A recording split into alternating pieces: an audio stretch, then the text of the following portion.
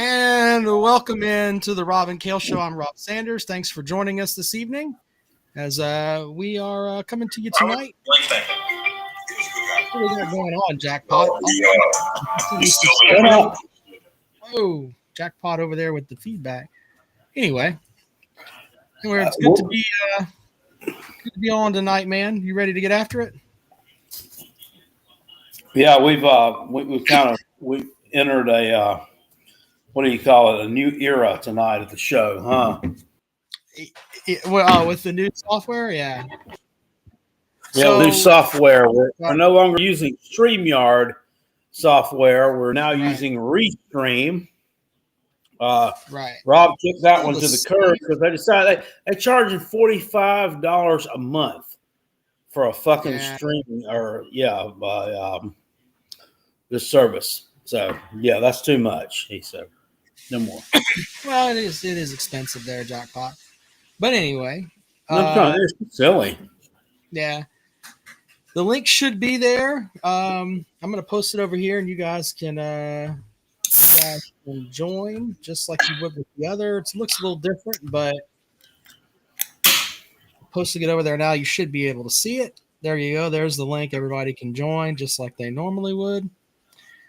It's got different things we can do with it, Jack. Instead of golf, your hat says flog on it now. Oh, that's backwards. Okay. It's backwards, but yeah. Yeah. Anyway, I don't know. Anyway, instead of the bridge going from Mount Pleasant to Charleston, we're seeing a bridge going from Charleston to Mount Pleasant. It is backward, isn't it? That's weird, isn't it? Anyway, I don't know if I can fix that or not.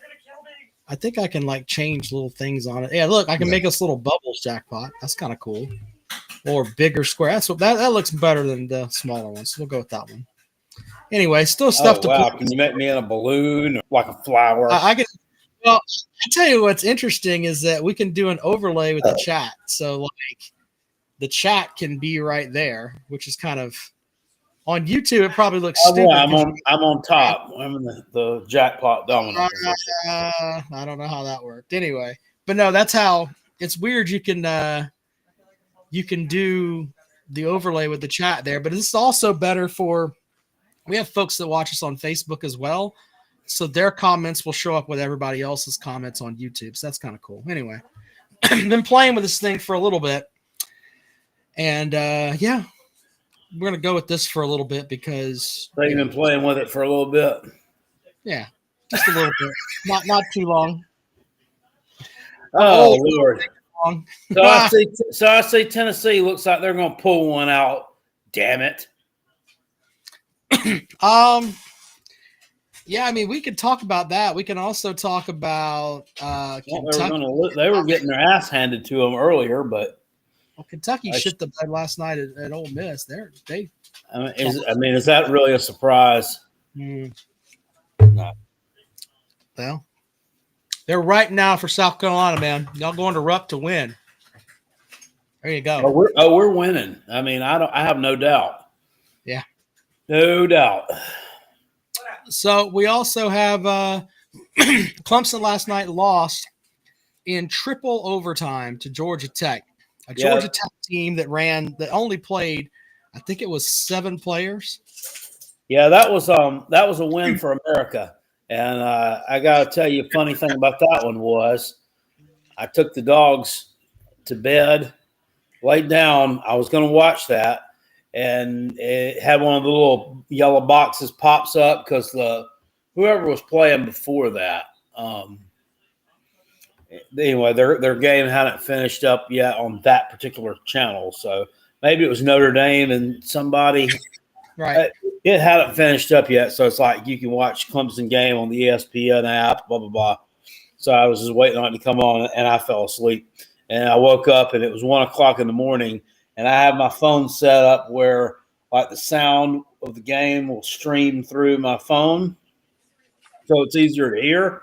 Yeah. And that was almost dead because it had been playing in my ear the entire time. I was just sleeping away. So I slept all the way through that upset victory by the Georgia Tech Yellow Jackets. Well, there you go. Clemson, that's the 5th loss of the season. That shot that guy hit to send it to overtime was pretty insane anyway. Yeah. Clemson has 5 losses on the season. They lost to Louisville. They lost to Memphis. They lost to Boise State. That game was on the road. Also on the road to South Carolina, and then they lost to Georgia Tech. The Georgia Tech and South Carolina losses don't make sense. I just, if you're going to be a team that's going to make distance in March, you can't be losing games like that. Now, what do you mean? What do you mean games like that? I mean, South Carolina has been. Probably about 5 points. South Carolina's about 5 points away from being a 500 team. Yeah, and I'm 6 inches away from being an NBA player. It's still though. I mean, it's still a measuring point. It's still those are facts. No, it's not. The fact is that you are. I think you're dead last in the conference in the net rankings, and it's pulling Clemson's resume. Yeah, it's because they've lost games, but at that point, they still haven't lost them by a lot. Okay, jackpot. I'm just it's telling not like you. They're going out there and losing by 15 a game. I mean, losing to South Carolina was a bad loss. Well, sorry. I mean, we could talk about how South Carolina's being better, but it's a bad. Hate we had to give it to you. Didn't y'all lose a couple of years ago to us too? And it was a bad loss then too, wasn't it? That was his first team. It was terrible. They were worse than this one. Well, your Final Four team lost to Clemson. You remember that? Yeah. So it doesn't make any sense. But this loss is just going to end up screwing Clemson over later on. So I mean, South Carolina were to somehow go 30-1 in the regular season in basketball. Who's that one loss to? Taters. I mean, why? Don't know. Just lost. Yeah, I don't know. I'm looking at y'all's team though, man. I'm telling you what, y'all, it's going to be they're going to be riding the struggle bus next year because your entire starting lineup, except for Wiggins, is seniors. Isn't Lacken a junior? No, he's a senior. Oh, shit. Well, we're fucked. Unless the CBS site's wrong, but yeah, it said he's a senior. You're probably right. Chef's a senior. All seniors. Yeah, I mean, and he doesn't. I mean, I guess. I mean, I don't know. Let's just get a bunch of senior citizens. Yeah.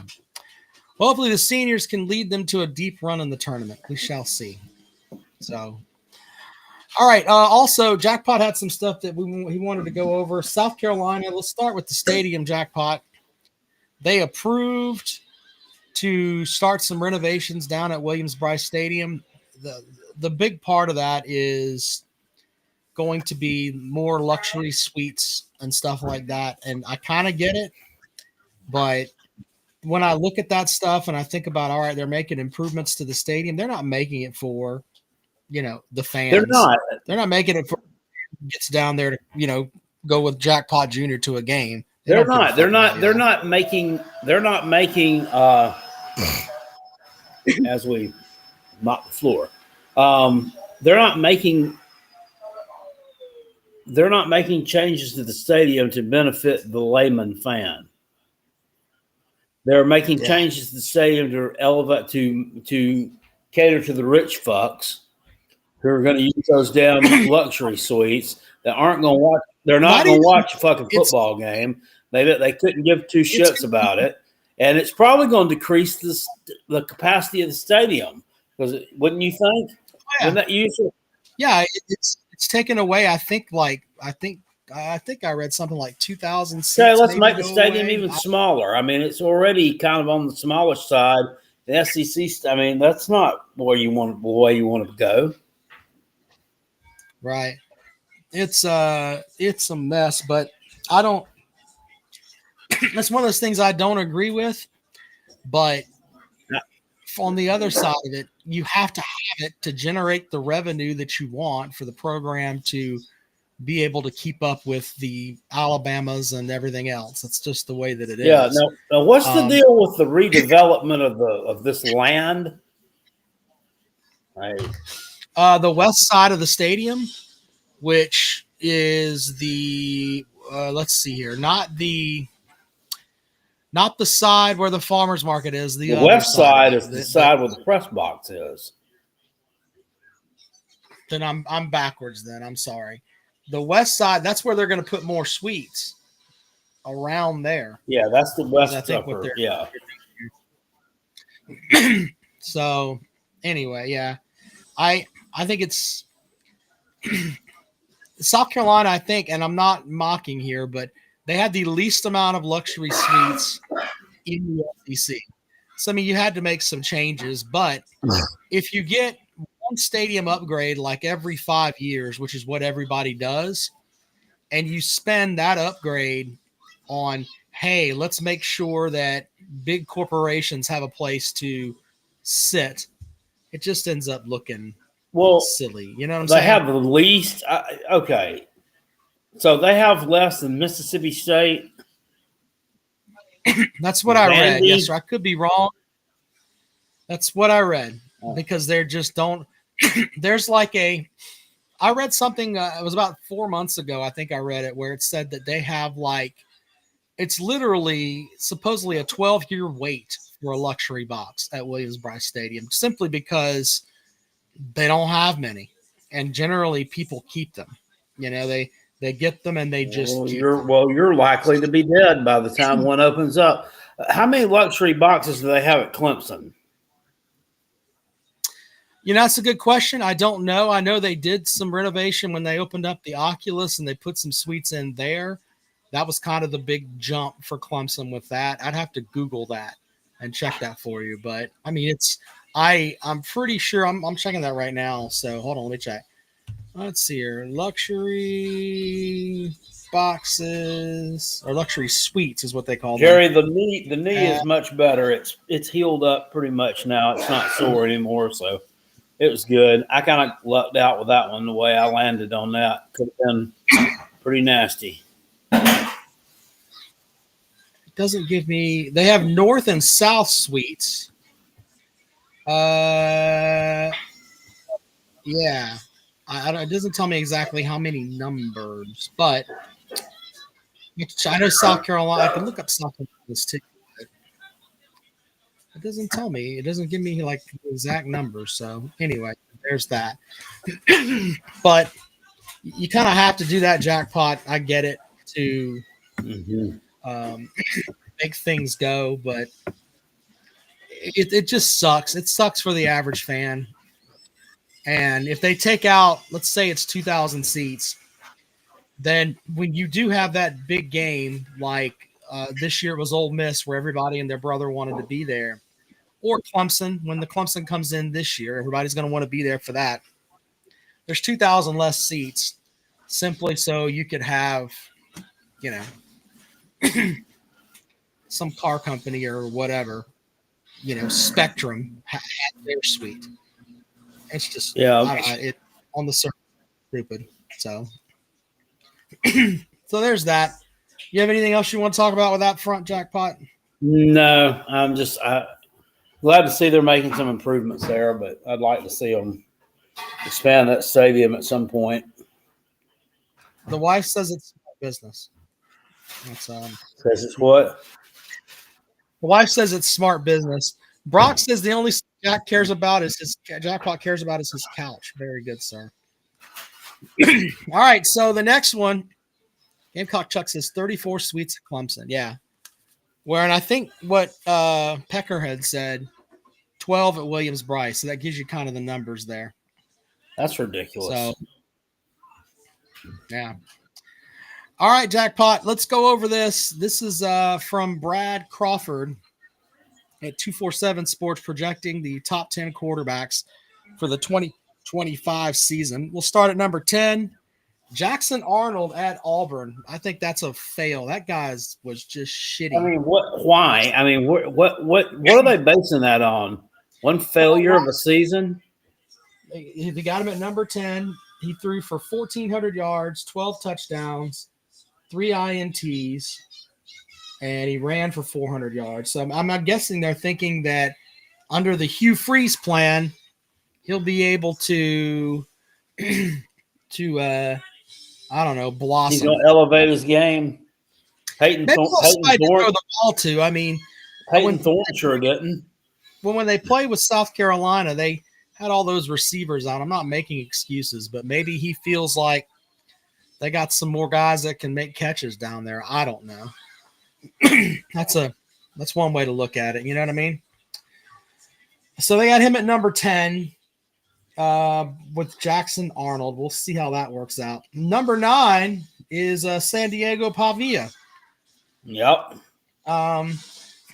Threw for almost 2,300 yards, ran for 800 yards, 28 total touchdowns, 4 interceptions. That's pretty good, Jackpot. You know? Yeah. I mean, I don't have a problem with him at number 9.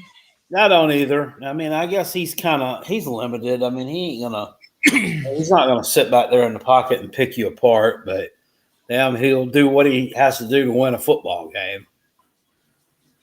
Whether it's play with his legs, I mean, and he can make throws.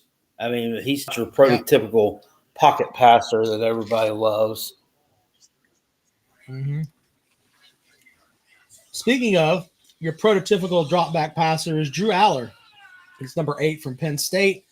3,300 yards through the air, 300 through the ground, 30 total touchdowns, Jackpot. I don't see having him at 8 is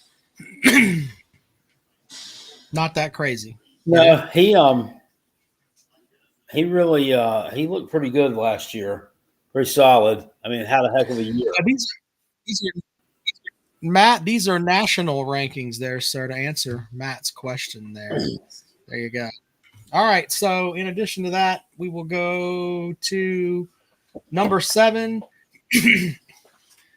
Fernando Mendoza. I have expected Jackpot to jump up and do the cha-cha or something because of Fernando Mendoza. Yeah, I'm too tired to do that, but I don't hardly know a damn thing about him. I know he was at Cal. Oh, he's at Indiana this year. He threw for 3,000 yards, 16 touchdowns, 6 interceptions. I see those stats and I automatically think that's a lot of dink and dunk passes for 3,000 yards and only 16 touchdowns. Right. It's kind of a West Coast type quarterback, but we'll see how that works out for Indiana. And number 6 is Lenoris Sellers from South Carolina. Threw for 2,500 yards, rushed for almost 700 yards, 25 total touchdowns, 7 interceptions.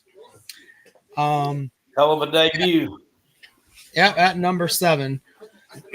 So, yeah, I figured he would end up somewhere in that mix. We'll see. These are Brad Crawford's rankings there, Billy. So, there you go. Number 5 is Carson Beck from Miami. Ugh.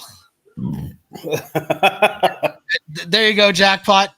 Very good, sir. At number 5, 3,400 yards passing, 12 INTs. Everybody will sit there. They sit there and tell everybody when they're making excuses why Georgia didn't advance in the playoffs. Well, I mean, they were missing their starting quarterback against Notre Dame. I mean, I thought Gunnar Stockton looked better in the Texas game in the SEC championship than Carson Beck did. I don't know that would have made a difference, but they seem to think that it would have.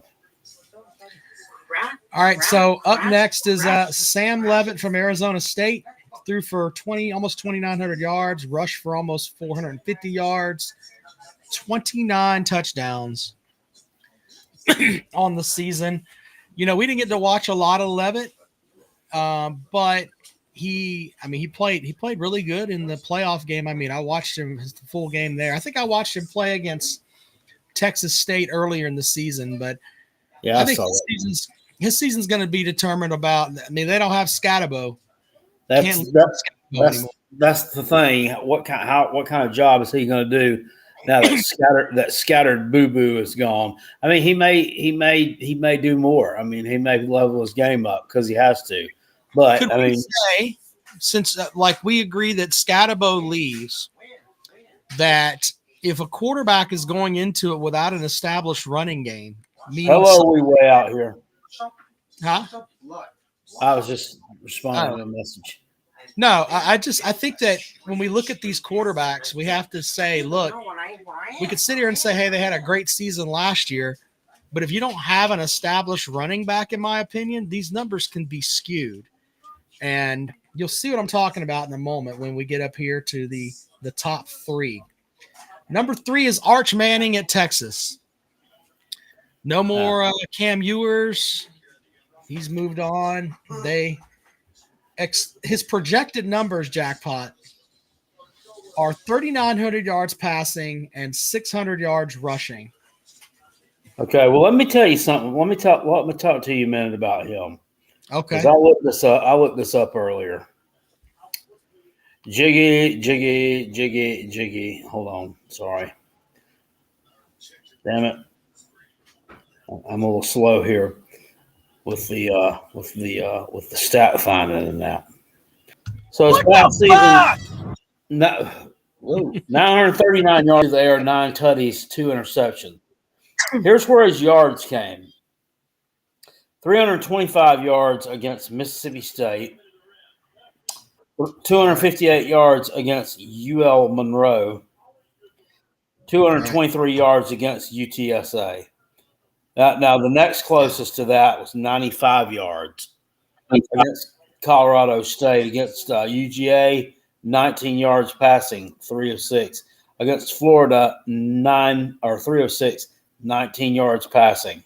I mean, and then he didn't play in the other games. I mean, all this guy's numbers came against terrible competition. I mean, right, but we think he's a lot. I don't. This is another one of those. I'll see it I believe it when I see it type things. Would you rather have him or Sellers as your quarterback? Sellers. Okay. Well, he's proven. This guy hasn't proven shit. I'm asking just what you. I mean, that kind of lets me know where your opinion is. I'd probably go the same route because I don't know. He just seems soft to me. I don't know. When I watch him play, I don't get at him. Not Sellers, fucking Manning. He seems soft to me, but that's just me. Speaking of idiots, Zach Smith and his buddy over on the Minister Sports podcast were talking about Quinn Ewers and his draft stock falling, and potentially, him being a later round pick now because of his injuries and just not looking all that impressive on the field. And Zach alluded to that he's probably on the Spencer Rattler draft plan. You know what? Fuck you. If that son of a bitch had a damn offensive line that would block for him in 2023, he'd have had damn 4,000 yards. I mean, tell me I'm lying. He had a great year. Well, how about this? Spencer Rattler ended up being the starting quarterback for the Saints. Yeah. So let's just another terrible team. I mean, it seems like he just totally just gets saddled with playing for shitpo teams. Well, he had the year that he had the halfway decent line. Look at the numbers he put up. Yeah.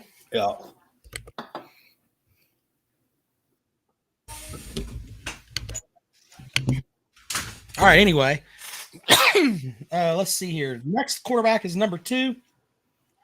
Is Garrett Nussmeier from LSU. Last season, he threw for 4,000 yards and 29 touchdowns, 12 interceptions.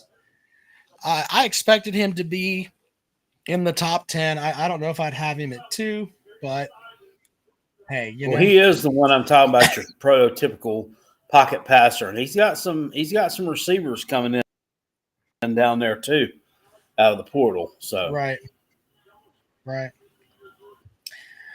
All right, so the next one, number 1 is Cade Klubnik, who threw for 3,600 yards last season, 36 touchdowns. Also ran for 7 touchdowns. They project him to go over 4,000 yards this season and rush for 5 touchdowns as well. So my thing with Klubnik is that he did blossom this past season and ended up looking really good in some spots. Okay. But I'm not going to sit here and say, hey, this guy's going to be the absolute best quarterback in the country when I don't know who his running back is going to be. And I think that South Carolina fans should think the same way about Sellers. You do not have Rocket Sanders as your running back. No one knows who's going to be your A1 running back. Yeah, but I mean, let's just face facts. I mean, Rocket Sanders coming into the season was damn good, and he didn't really even get rolling until the Oklahoma game, maybe Alabama game. So I mean, he was good. I mean, let's not act like he rushed for like 1,400 yards or something.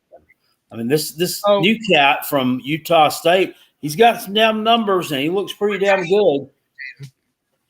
So I'm looking at Rocket Sanders on the season here. All right, and we go on his game log.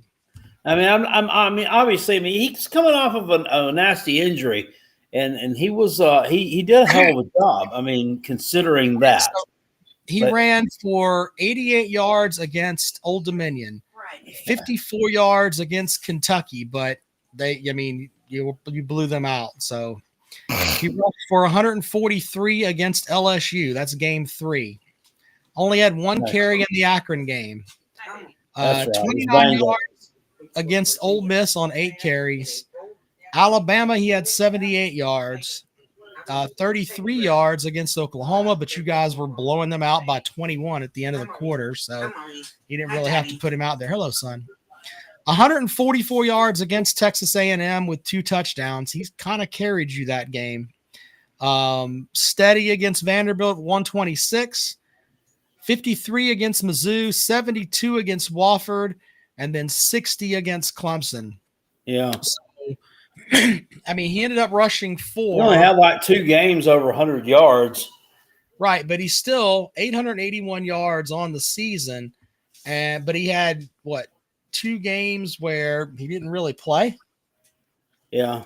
So I'm just saying. I mean, he had a good year. I mean, coming off that injury. He had a great year. He had a good year. Yeah, he had a good year.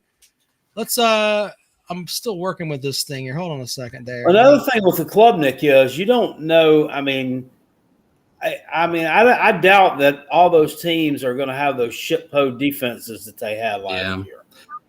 And are you facing probably a little bit of a tougher ACC slate this year, or is it about the same? Or no, we talked about the schedule the other night. They got what?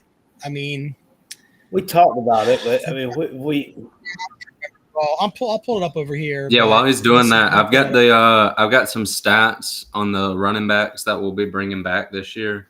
Gabe, the knee's doing much better. Thank you.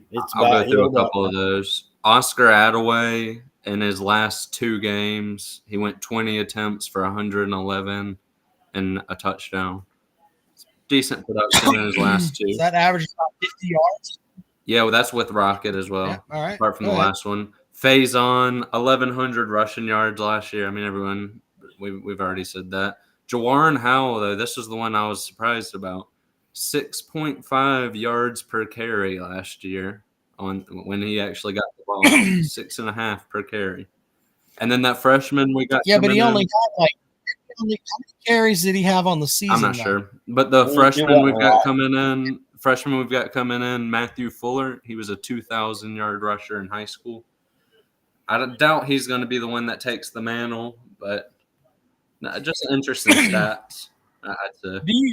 Do you? And I'm not trolling here, but do you think that you'll have the running back by committee thing where you'll run 3 guys out there, or do you think you're going to have a back that breaks into that 800 to 1,000 yard range? I think it'll probably be similar to last year. I think you're going to see. So you're going to have you're going to have a Rocket Sanders. I think Faison steps right in, and he's going to be a high level starter. I mean, he just on the eye test, he's real shifty, real quick. I'm telling you, I like Jawarn Howell. Jawarn Howell's good too. He looked real good in the Cheez-It Bowl. He did, and I've had Alabama fans tell me that he reminded them of a young Najee Harris.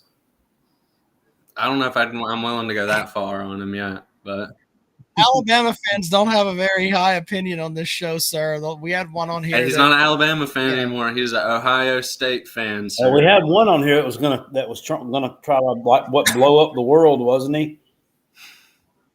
Yeah, and he was. He hasn't been around lately. I guess he disappeared. Did y'all see? Y'all probably didn't see it. Carolina got a 3-star wide receiver. The kid runs a 4.31 40. He's a 5'8" white kid. I mean, what do y'all think we're going to be able to use him at all? I mean, with that speed, he's got to be quicker than Harbor. 4.31. Where's he from? He's from Greenville. Why is he rated as a 3-star? Well, because he's a white kid. He's a 5'8" white wide receiver. He's from Greenville High? Christchurch. Oh, okay.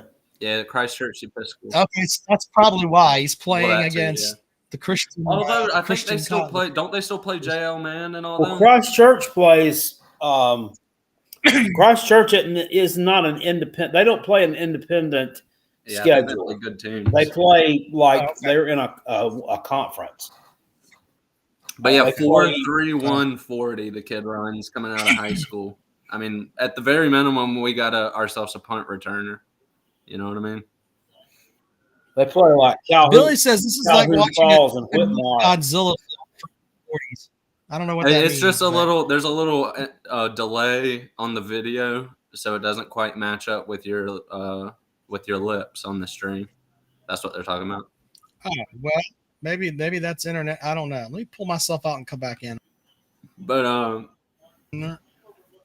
now I'm on the bottom. That's not good.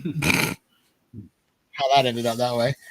But yeah, so anyway. I'm excited about him. But back to your earlier question, I really do think Faison's going to step in, and I think he's going to be really good. All right. Well, I'm not confident with any of the Clemson running backs. None of them have done anything where I'm going to be putting out. I mean, yeah, I can put out stats and cherry pick and talk about, okay, this is going to be great for them. The Clemson running back room there are guys in there that are supposedly talented, but there's a reason why Maffa got 90% of the carries last season. Yeah. And going into the Texas game, he's literally hanging there with his shoulder on a taped up beyond all get out because they ran the hell out of him. Yeah, that's ridiculous how teams run players like that into the ground. It's fucking ridiculous why you should do that. Yeah, that's why Todd Gurley was out. You're a damn Power 4 program. You have somebody at least spell the guy for a series, a half or something. That's why Todd Gurley was out of the league before he was 28. Oh, and that reminds me, while it's on the top of my head, I think the Gamecocks could have just got themselves a sleeper agent at Georgia. Bryson Allen Williams was just hired to the staff there. So really? Hopefully we just got ourselves our own little Connor Stallions. At what position? Okay, I'm pretty sure he's coaching linebackers. Oh, okay. That's what he was coaching at Southern Cal last year, at least. I'm assuming it was a 1-for-1 hire. But yeah, hopefully we got ourselves a little Connor Stallions. Although we won't have to worry about Georgia unless we make a. Well, that's weird because they Georgia took the Branch brothers from USC, the Zachariah and I don't know what his brother Nehemiah. I don't know what his name is. Branch. Which if they can get that Branch a wide receiver. Yeah, if they can get Branch the ball, he's electric, man. I don't know if you've seen him plays on defense, so that's weird that he would end up there. Yeah, that Branch guy scares me. He should scare the rest of the SEC too if they can figure out how to get him the ball. We were talking about the schedule and the defenses they'll play. I would argue that I think Georgia Tech's defense might be decent next year. LSU might be decent. I don't know what North Carolina's going to have with Belichick, to be honest with you. They're going to take I can tell you that for a fact. Whatever you do best, they're going to take that away. That's every Belichick defense in history has done that. Yeah, I mean, but Other than that, I don't know. I mean, I don't know about the rest of Yeah. the defenses there, but I think those will be somewhat solid. Maybe Syracuse. Y'all play Syracuse, the Fruit. You think he's going to get a shower that Got week? the Fruit in game 4. Fruit in game 4 Only at winter home. shower, you know that. Hopefully for his wife's sake, y'all be gracious enough to let him get the dub there. Is that at the Dome? You going to the Carrier? No, it's at at home. It's at home. Y'all should win that. Clemson's schedule is weird because they play 3 out of the first 4 at home, then an open date, then 2 road games, a home game with SMU, and then an open date. So they have from September the 21st to October the 20. Well, actually, until November 1st, they only have 1 game in Death Valley, and that's SMU. Outside of Clemson, who's projected to be like the clear-cut number 2? Is it going to be Miami, I guess, with Beck coming in? Yeah. What I else? guess so. Didn't they lose a bunch off the from like the skill positions there? I think so. They're bringing guys in, but SMU is supposed to be pretty good too. But I don't know. Speaking of idiots, Zach Smith was talking today again on the podcast. We're talking about Brian Kelly, and have you heard this story, Rob, about the player down there at LSU that I guess he got sick, or I'm not exactly sure what happened with him, but it had something to do with practice or training or something. But he's developed like some kind of brain tumor, and I mean, he can't go to school. Obviously, he came this close to dying, I think, and like he can't play football anymore. He's out of school, and had an interview with Good Morning America, him and his parents, who have sued LSU and said that this guy that Brian Kelly has never called him and spoken to him. Well, y'all remember Brian Kelly had that what was it, that videographer or somebody? Yeah, they were talking about that too. The videographer at Notre Dame said that he didn't feel comfortable climbing up in the tower at practice because it was windy, and they told him, don't climb up in the tower when it's windy, it'll fall over. And he threw a shit fit and was insistent that he'd get up in the tower, and he did, and it blew over and it killed him. Yeah. Fell and killed him. That was in 2010, something like that? More recent than that, I think. But I mean, Brian Kelly's an absolute shitbird, man. He is. Imagine what mom is sending their kid to Brian Kelly and being like, oh yeah, he'll be safe there. You know, he's only 2. He's got a 2 KD.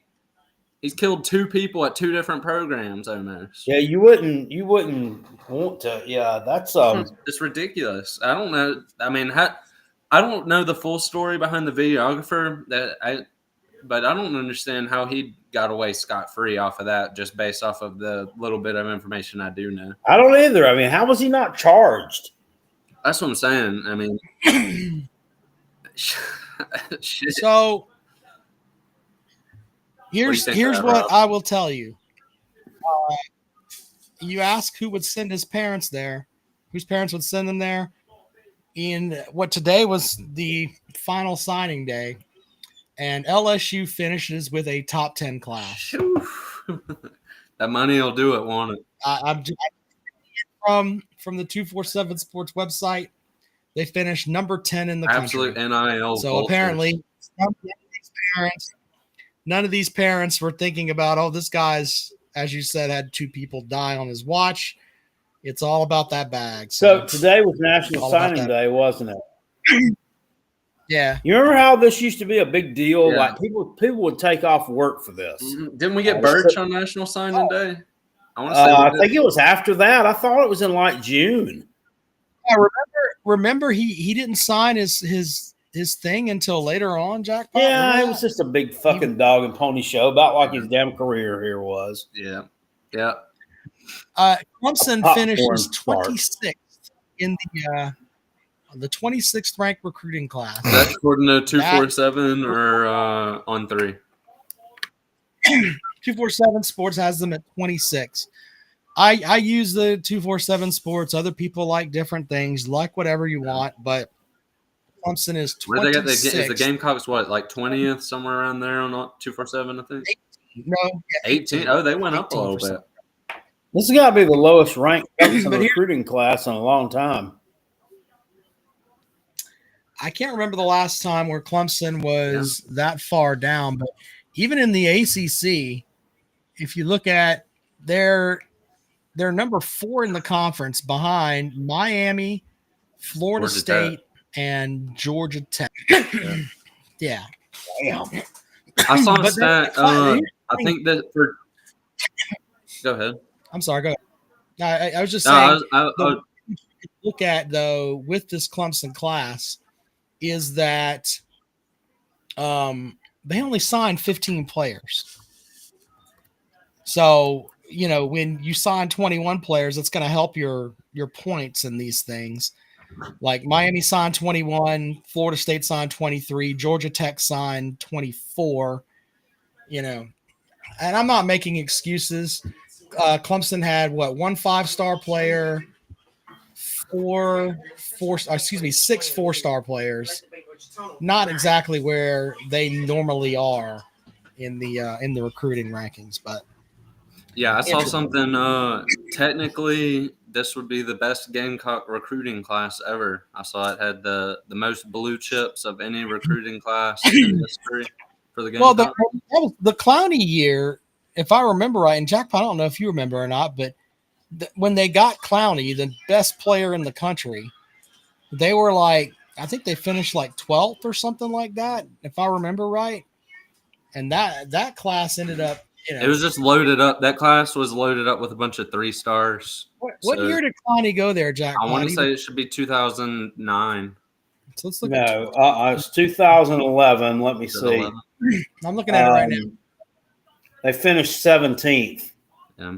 But as far as this is the most blue chips Carolina's ever gotten. And 17th, they had, let's see here. It beat the record that Beamer had set because Beamer had previously set the record for the most blue chips in the Carolina class. He just broke that record with this cycle. Yeah, they had 1 5-star was Clowney, and then they had 6 4-stars. Brandon Shell, he was good. Demir Bird, he was good. Turned out to be Philip Dukes. Don't remember. Sheldon Royster, probably pumping gas. Shamir Jeffrey, never really did anything. Tanner McAvoy. Yeah. Mike Matulis, one that played that was pretty good. Mod Christian. You said that was the 2011 class, Jack? Yeah. Sean Carson. He was pretty good. Gotta give Sean Carson some respect. KJ Brent. A lot of these players, I remember some. Rory Anderson, Gerald Dixon Jr., Gerald Dixon, the Dixon brothers, Brandon Wilds. Who's good? Well, he wasn't nothing but a 2. Brian Williams and Kelsey Quarles. Kelsey Quarles was great. He was a great nose tackle. Yeah, Jarrell Adams. Quarles was good. Adams was great. That was the tight end, correct? Yeah. He played in the NFL for a while. He played for your Packers, didn't he, Ryan? Yeah. So Jordan Burch was the number 2 all-time recruit there. Clowney was a 1.000 whatever 5-star, and Jordan Burch was a .9954, up above Marcus Lattimore. Believe that or not. That Clemson class that year had Sammy Watkins as the top player.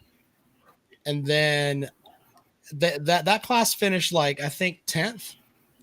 But the funny thing about this is that 30 commitments. No one in South Carolina had 33. Holy shit. Yeah. But South Carolina had no one from this class actually saw a win over South Carolina, but this class ranked so much higher. And I'm looking down on it. Adam Humphries played in the pros. Martavis Bryant, he smoked his way out of the NFL. He did do that. Off a Mike Tomlin team, too. It's hard to smoke your way off a Mike Tomlin team. Isaiah Battle ended up playing in the NFL. Let's see here. I'm trying to see some. BJ Goodson got some time somewhere. Shaq Anthony was good too. But what do y'all think about what I said about the blue chips? As I think Beamer's already got the mantle as the best recruiter in South Carolina history. Probably. I mean, you got to look at the different things he's got to navigate with the portal and recruiting his own roster again, and recruiting the portal again. I mean, it's a totally different game. So yeah. And for all it's worth, we don't lose. At the time, it may seem like an impact loss, but we haven't really lost somebody bad to the portal. You know what I mean? Somebody who has left an absolute hole in our team. A lot of other teams can't say that. It was supposed to be. Well, hold on now. It was supposed to be. I mean, you've lost guys. I mean, Wells, Jordan Birch was a big part of your defense there, even though he wasn't what everybody thought he was going to be. I mean, you've lost players. That's what I'm saying. The defense we had this year was historical. He wasn't a part of that. They didn't need him. He wouldn't have even started above. I don't think he would have. He's not starting over Stewart or Kennard. Let's just be honest with that. Of course, hell, I mean, if he was still there, Stewart might not have come. I can guarantee you, Kennard probably wouldn't have come here. So,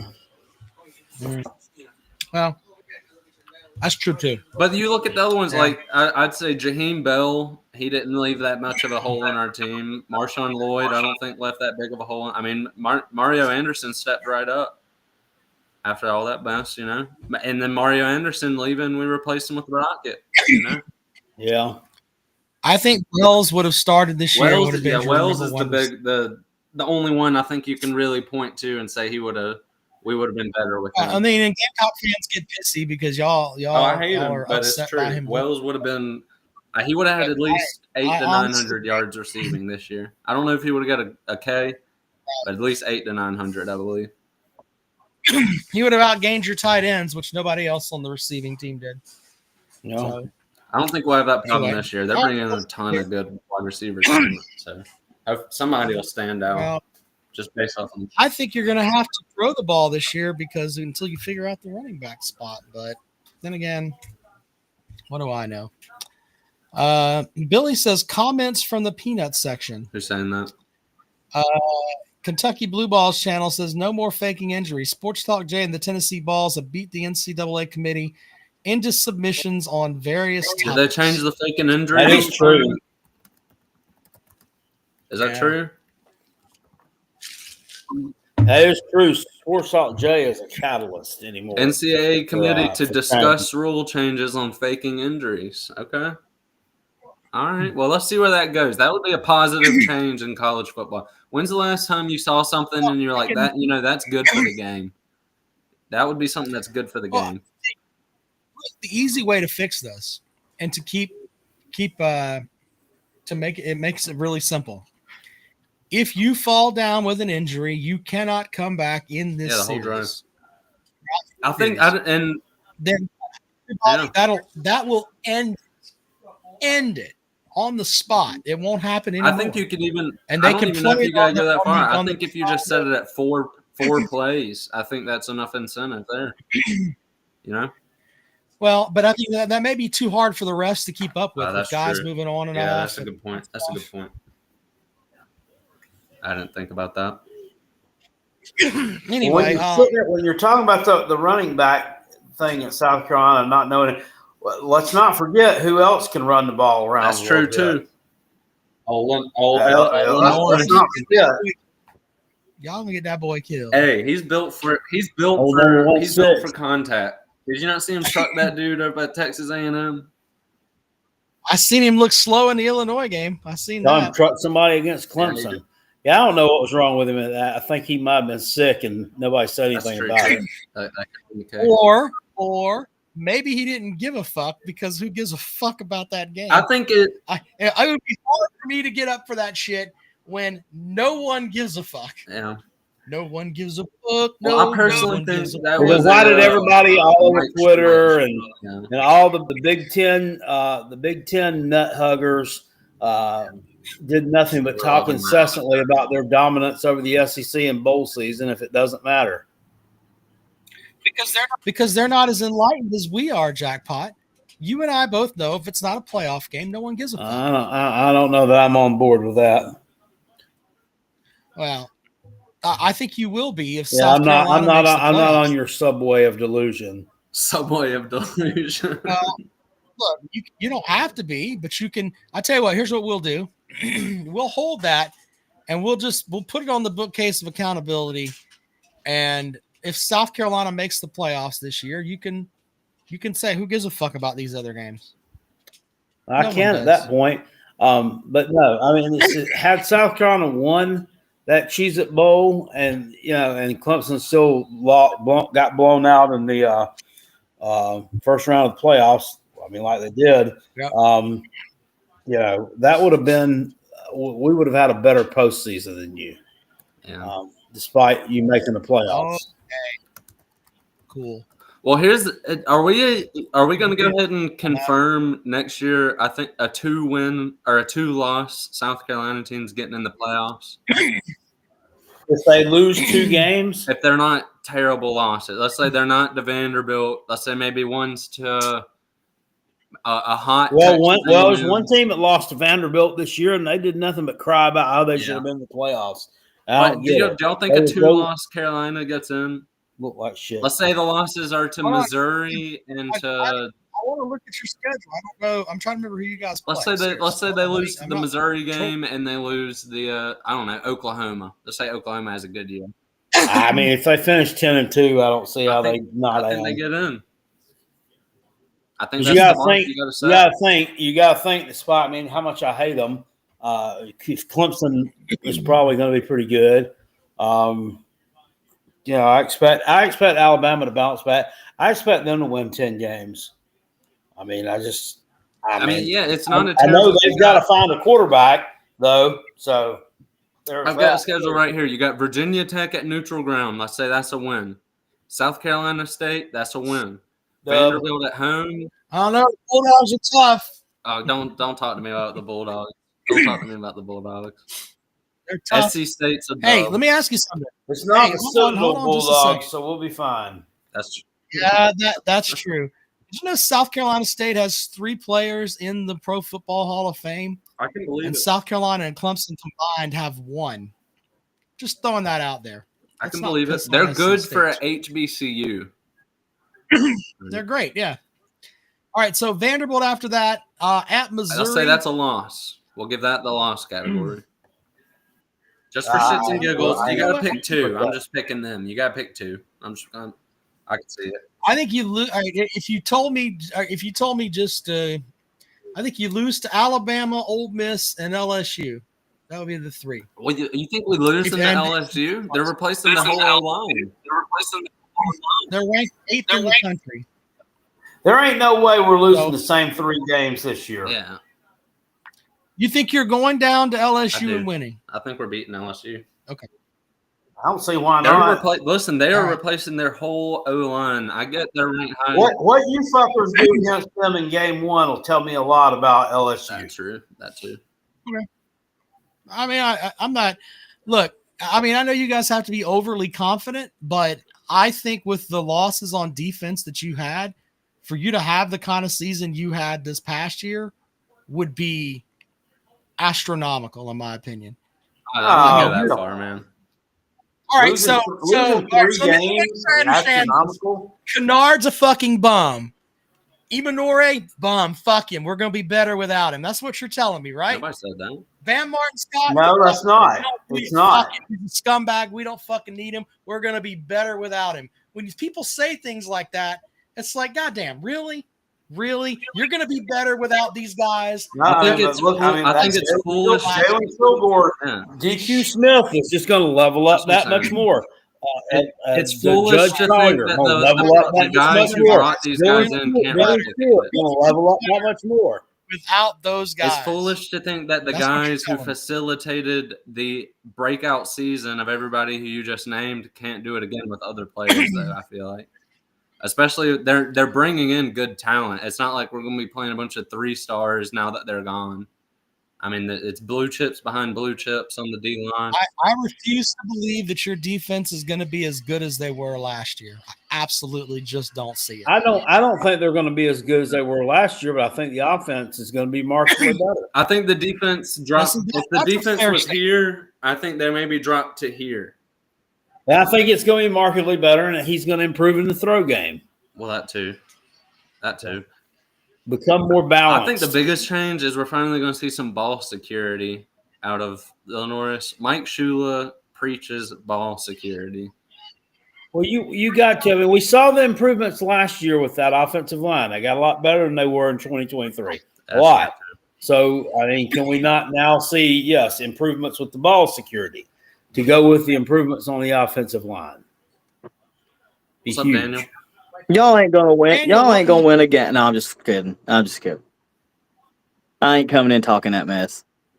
I think for y'all to beat LSU next year, it'll have to be a shootout to beat them. Because not that your defense is going to be bad, but LSU, no matter what you think of, just talking about how good Nussmeier is and what he's got. Well, you talk about us losing Kennard, but LSU replacing their whole O line doesn't matter at all. But us losing Kennard and Eman Wari means we're gonna be shit. That's fine too. I tell you what, I'll give you that with LSU, as long as you can admit that your defense isn't going to be as good. I said I think our defense was here last year. We'll probably be about right here this year. You got, I think, what is it, 4 guys that are probably going to be drafted? Yeah, at least. But nah, fuck. I think that's which are spinning my way, and I just. I think the game time too, depending on what time the game's played, we're going to make a huge difference as well. Big office is going to fuck you. Nooner. Oh, they're not going to put you out there. They are not. They're going to play at fucking 7:30. Yeah, I want a nooner. I want that old Tennessee ball. Yeah, hey. Time yeah, slot. You catch them at noon. Kick a squib kick to start the game. They won't catch it. It's awesome. What's Tennessee's outlook for? Are y'all playoffs outlook next year? The floor I think is 9-3. I think the ceiling's 8-1. Or 11-1. Sorry. We just did the thing from Brad Crawford. He does not have Nico in the top 10 returning quarterbacks for next year. How do you feel about that? I mean, we'll see. That's fine. At this point, like, Nico's not going to get any praise unless he throws for fucking 50 touchdowns and 0 interceptions. So I could really care less. Not true, sir. That's not true. If Nico came out this year and had the season that Sellers had, he would have gotten a 1-up on. And then y'all say that it's like, so I don't even want to go into it.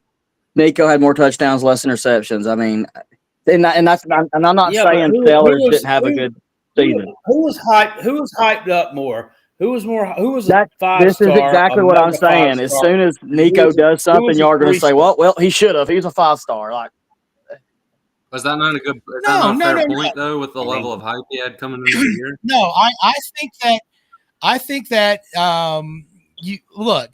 Nico played with a better running back.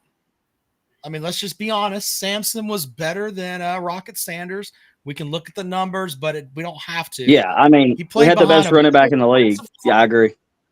Right, but he played behind a better offensive line than South Carolina had.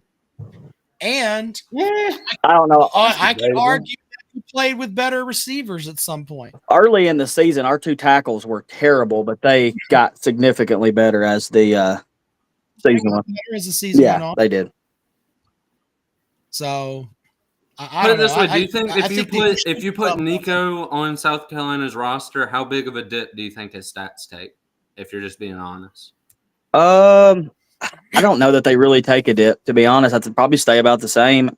I mean, y'all got a few weapons, just like we had. We didn't have any great weapons last year outside of Sampson. Like, well, that's a good weapon to have. That's the best running back in the league. That was a great. Yeah, I agree. But like, like receiver wise, we didn't have anybody that just jumped off the page. Yeah. So Squirrel White was supposed to be good. I don't know why Yeah. he didn't. I think you put Nico on South Carolina's team, Coach Beamer would have that fucker in New York City easily.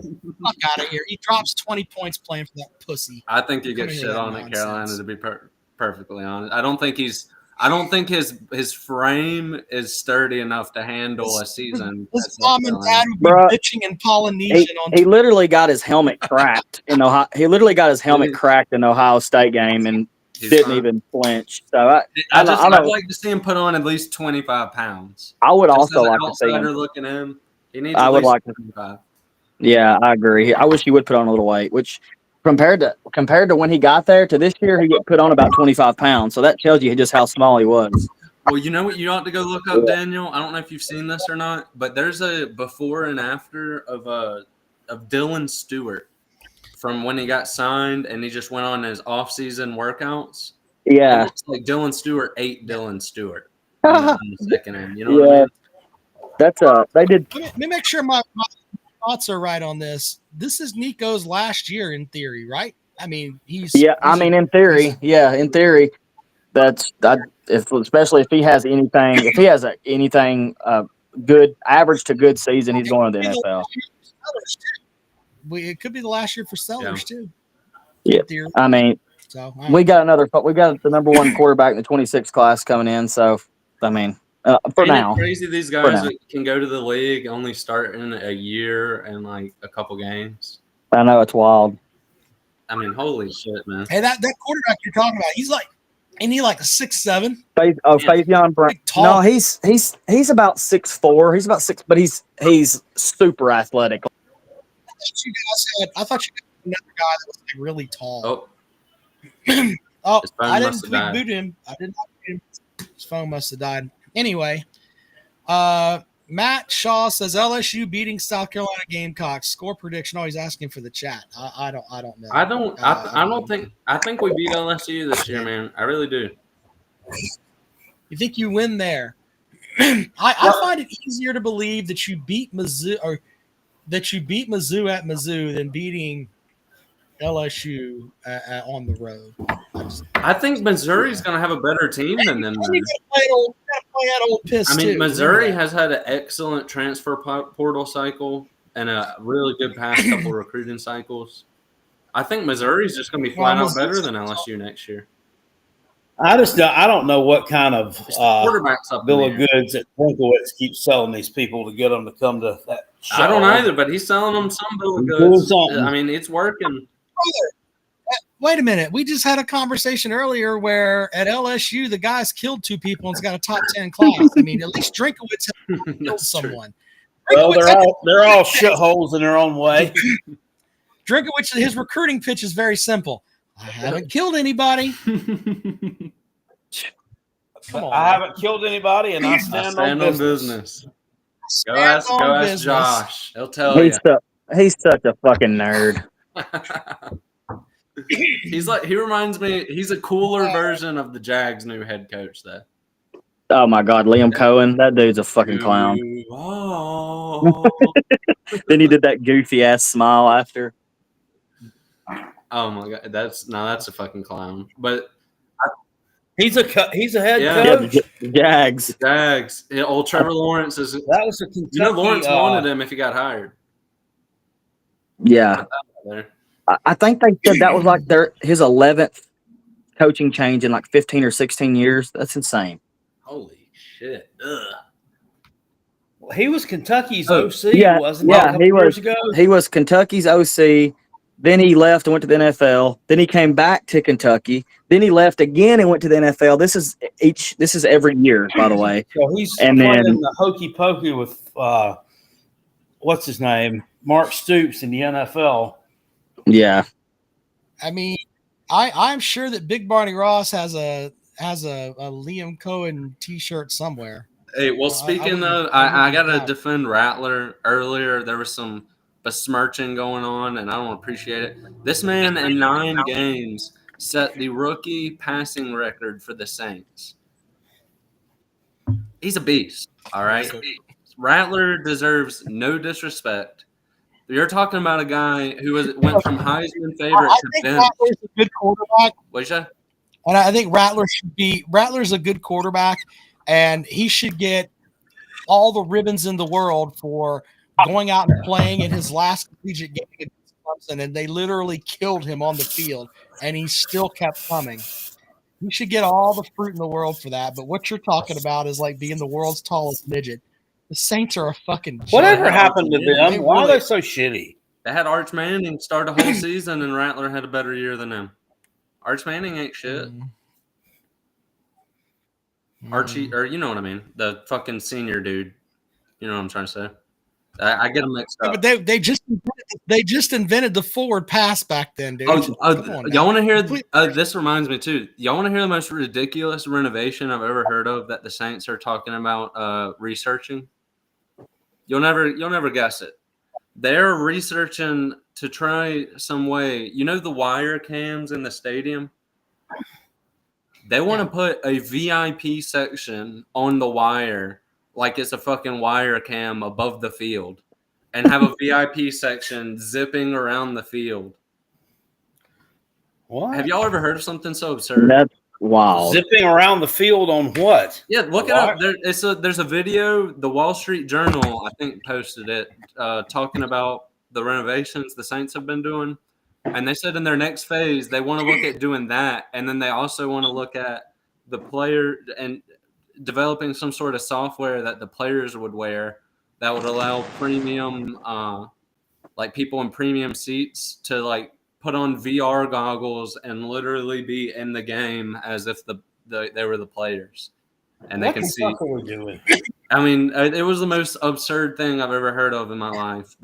And zero talk was into maybe making the seats less than $150 fucking dollars for nosebleeds. It was, let's put a wire VIP section above the field and let's figure out how to get VR in so that people can wear fucking goggles at a game. Virtual Jackpot wants to chime in. What the fuck? Exactly. Meanwhile, Y'all need to watch it. It's on Wall Street Journal. It was just posted like 2 days ago. It was the most insane thing I've ever heard. With the Carolina Panthers, they're giving away tickets at QT. You can go to Panthers game for dirt cheap. Trying to get people to come. Well, they're a fucking disaster up there. That's Hey, in like 2017, the first year we went up to Pennsylvania, or maybe the second year, 2018, something, when the Mets were really shitty at that time, and they were giving away Mets tickets at the Burger Kings in New Jersey. It's true. Well, fucking Clemson used to do the buy low special, buy 2 cans of tomato sauce, get a ticket to Memorial Stadium. real quick note here. I wanted to, baseball season's not too far away, but I hope that 2 things happen this season: that the Dodgers and the Mets don't make the playoffs. That would be like Christmas Day for me. I mean, the payroll for the Dodgers is like $450 million.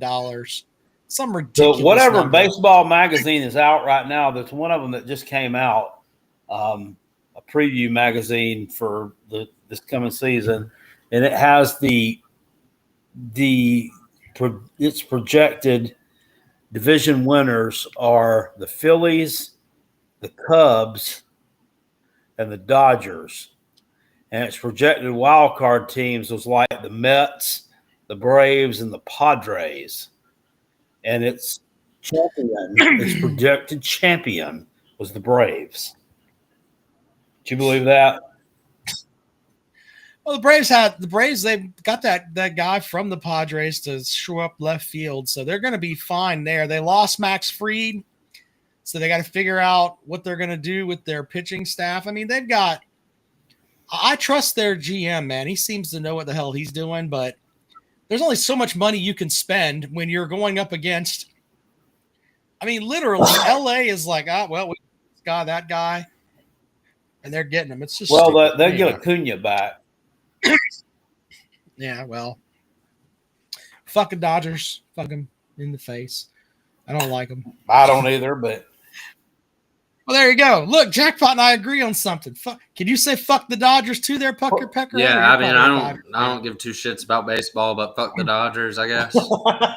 I'm gonna be honest with you. Fuck the Dodgers. I zone out when people start talking about baseball. It ain't my cup of tea. You should get into it. There's if you watch it and you Well, understand. I it, will you can say see I the- love going to minor league games and heckling. There's nothing better than that. I'm a huge heckler at the Fireflies and at the Greenville Drive. My go-to is I'll tell the pitcher they got their chain in the middle of the mall. That seems to really piss them off. But a huge heckler. That's about all I get about in baseball, though. Is I did see the Fireflies hit a grand slam, though. That was pretty fucking cool. It was against Fayetteville. Yeah. But there you go. G-Man agrees. Fuck the Dodgers. hey, Fuck the I'll let y'all Dodgers. get out of here. I Very know good. y'all are getting tired. Go Gamecocks. Lamont Paris. go Gamecocks. Spurs Get your up shit to together, Gozo, Lamont. damn We it. need at least one. I just want one, damn it. I just want one. Please. Go Gamecocks. All right, so appreciate it, man. All right, Jackpot, before we get out of here, you think the Gamecocks win on Saturday? Yes. Who's your Super Bowl pick? 1.5's the line right now. I think the Chiefs cover that and win it. You know it's going to be 75 degrees here on Super Bowl Sunday. What the fuck? Yeah. I mean, I'll take it, all day long. I'll take that as opposed to Then but it's supposed to be cold next week. It's gonna be like in the 50s, like the high's like 50 on Tuesday or something. God. So everybody's gonna be fucking sick. You know what I mean? Yeah. I mean, What a I don't mess. understand why we can't just settle with, one type of weather. But Yeah. no, it is Oh, what well, it welcome is. to the This is South Carolina. It's Fort Lauderdale one day, Buffalo the next. Jonah with fuck the Dodgers. Very good, sir. Yeah, and fuck the Mets. Very good. Gamecock Chuck says Kentucky by 21. Oh shit. Gamecock Chuck is off that bandwagon. The Dodgers seriously can eat a pecker. I mean, when have they not? I mean, how many years have they won the National League West in a row? I mean, it's insane. I mean, who else has there been that's? I mean, well, the Diamondbacks have had a couple of good seasons here and there, I guess, and I mean, the Padres they didn't win it last year. The Dodgers still did. The Giants haven't been good in forever. The Rockies haven't been good ever. They made the series once, right? I mean, yeah. I don't know. Fuck the Dodgers. But seriously, I mean, is there any team though in baseball that has dominated their division the way that? I don't think there is. They're on a tear like the Braves were when they had Maddox and Smoltz and those guys, where they won like 11, 12 straight division titles. It's essentially the same thing. Yeah, they did. The Braves got a series. Yeah, and one World Series out of all that. Yeah, well. All right. Well, it's been a good show. Appreciate you guys hanging out with us this evening. I don't think this new setup's not too bad, right, Jack? No, it doesn't. I mean, I've grown accustomed to it here within just the past hour. Well, there you go. All right, so there's our Super Bowl picks. Oh, I didn't give you mine. I got the Chiefs winning too. Sorry. Will Eubank says Kentucky is 1-4 their last 5 games, fixing to make it 1-6. Look out for Nick Bolton on Sunday. I think he's going to be the defensive player of the game. I think they're going to make him the spy on. Will that Hurts be former and keep him Mizzou player Nick Bolton? Yes, sir. Former And Mizzou and player. how fitting that he plays for the Chiefs. Plays for the Chiefs. Yep. So there you go. Somebody says, "Damn, I want my money back." Like, I can't tell if you guys did a super chat or not. It doesn't show me that over What there. happened? If you did, he's saying, "Damn." Somebody's saying, Billy Cole says, "Damn, I want my money back." I hope it's not from a super chat. I don't know. So, Billy don't never leave super chats, not very much. I ain't knocking him, but he usually don't. So I doubt that's what it is. Yeah. I haven't seen anything about any super chats tonight, so I don't think anybody sent one. What a shock. Yeah. We'll have a show on Sunday. We always do a show for the Super Bowl. I don't know what we. You want to do a show or not? I don't care. Well, Sunday. Yeah. We'll let you know. There you go. You want to do it? Okay, we'll do it then. I'll do it. I'll do the thing. I'll do the thing. Yeah, the Super Bowl will be wrapped up by then. Yeah, I don't know what it is about me anymore, but like I very rarely am even drinking anymore. That's like, well, that's a good thing for you, Jackpot. Maybe you could be like, you can just drink during football season. During football season on Saturdays, I mean, and this year especially too, I mean, I have indulged in some cocktails. But any other day of the week, really, I mean, I bought a 18-pack of Corona Light. That's probably become my new favorite, like, secondary beer, as opposed to the Miller Lite, and may actually switch over and become my go-to. I don't know. I just like the taste. It's crisp. It's refreshing. I like it. But there's an 18-pack. I bought it probably 3 weeks ago, and there's probably still like 6 of them still left in there. That's how little I've drank. So 12 beers over 3 weeks. Well, the super chats do come through. Kentucky Blue Balls channel says South Carolina wins by 7 on Saturday. Oh, it looks different. Thank you. It does look different. Peckerhead says for the Fighting Beamers. Thank you, sir. Yeah, we're gonna do a stream on Sunday evening. We'll do that after it'll be after the Super Bowl wraps up and everybody will be all goofed out and everything else. But yeah. All right, Jackpot. Appreciate